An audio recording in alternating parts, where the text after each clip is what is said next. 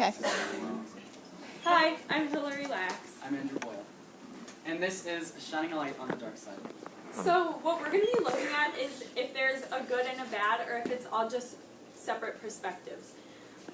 So when you think about the definition for good, you hopefully think about something that benefits you or benefits other people, or just like positive situations come out of it, or it's something positive. And when you think about bad, you think about the opposite. But what a lot of people don't take into account is that like your definition of good could be the same definition as somebody else, but you kind of like see it differently and you have a different point of view. And we've definitely learned to talk about that a lot in history this year, from like doing OPVLs to GBQs. It's something that we've definitely put a heavy focus on. So what we're going to be kind of analyzing is just if there is really a good and a bad, or if it's all just separate perspectives and separate morals. Okay, so first off, why don't we start with what is morality based on? You could think of religion, environment; those sound justifiable. But what about before religion, before humanity? So if you take a step into this origin of morality, what you see may amaze you. So there are three components of morality: reciprocity, or reciprocation, empathy, and compassion. There's an old video on YouTube from the Yerkes Primate Center involving two monkeys and a box full of food. To receive the food, the two monkeys have to transport this box to a drop-off zone. So after doing this,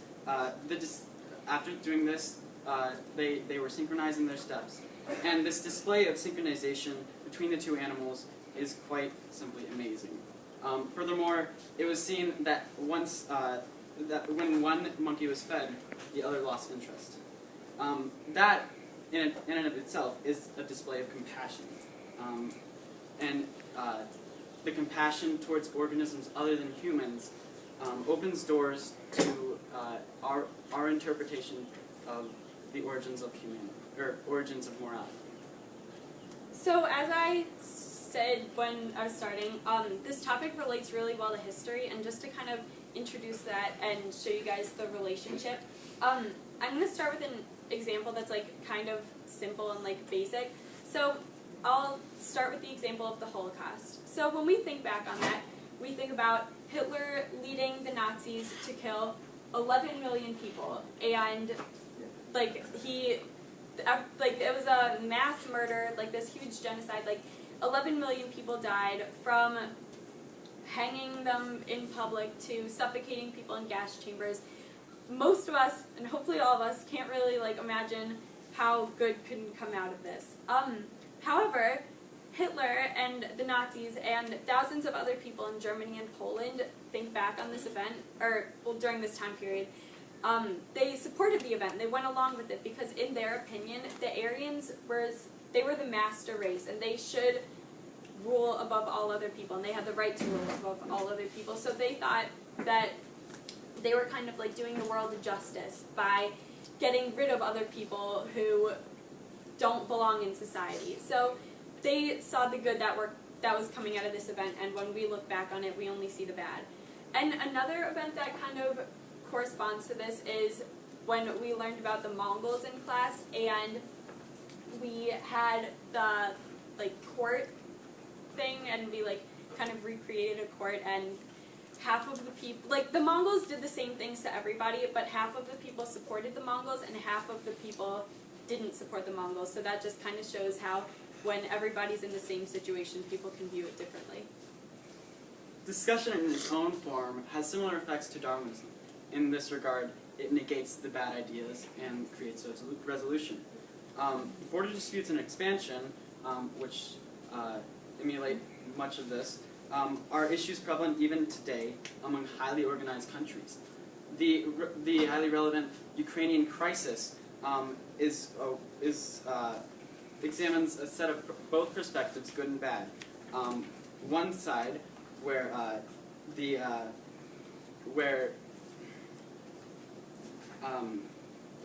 the further integration of Ukraine into the EU, and the other side the sanctity of Russian relations, keeping the sanctity of Russian relations. A polling conducted on April 17th by the Institute of Social Research and Political Analysis, based in Donetsk, which is in eastern Ukraine, found that 55% of people in the city preferred to remain part of Ukraine. Now, a theme of eastern provinces supporting Russian preservation, western provinces supporting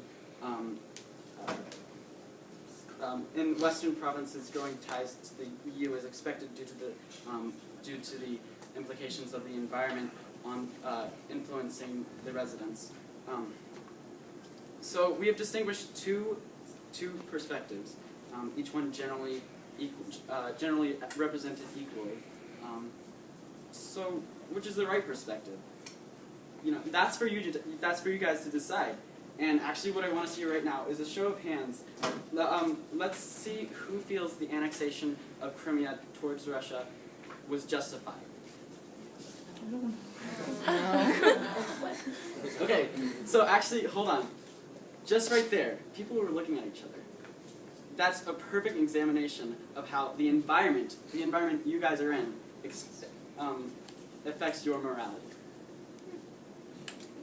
So, this is also, like, different perspectives is also shown in literature, and although it's, like, kind of interpretive in literature, and you have to kind of, like, think more about the perspectives and analyze the words more, in Things Fall Apart, it was kind of, like, clear what the author was trying to portray, and Chinua Achebe wrote this book after the book Heart of Darkness was written.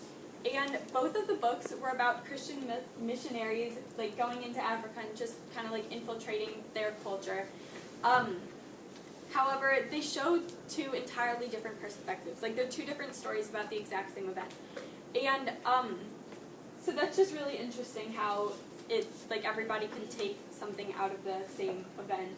And in Things Fall Apart, when the Christian missionaries came in, they had their perspective, and they thought that their religion was the best one, and everybody should be Christian. And so they thought that they were doing something really good for the society by trying to convert everybody.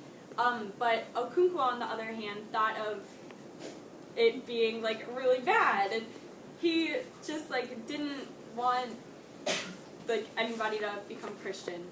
So it's just the same situation, but two different perspectives taken out of it. So morality and the distinction of good and bad have been prevalent, have been issues debated, have always been debated, from the Paleolithic hunter, or from the Paleolithic gatherer gathering an unknown colorful berry, to Hitler's decision to buy Crocs. There's no one single set of morals that everyone shares. The morals that people have are an effect of the environment and their societal pressures that surround them. Good and bad are very abstract ideas that are determined by one's surrounding, and definitions can be interpreted based on your perspective. So, as an avid HGTV watcher, I will leave you with this. Morality is found upon two ideas: societal pressures and location, location, location. Thank you.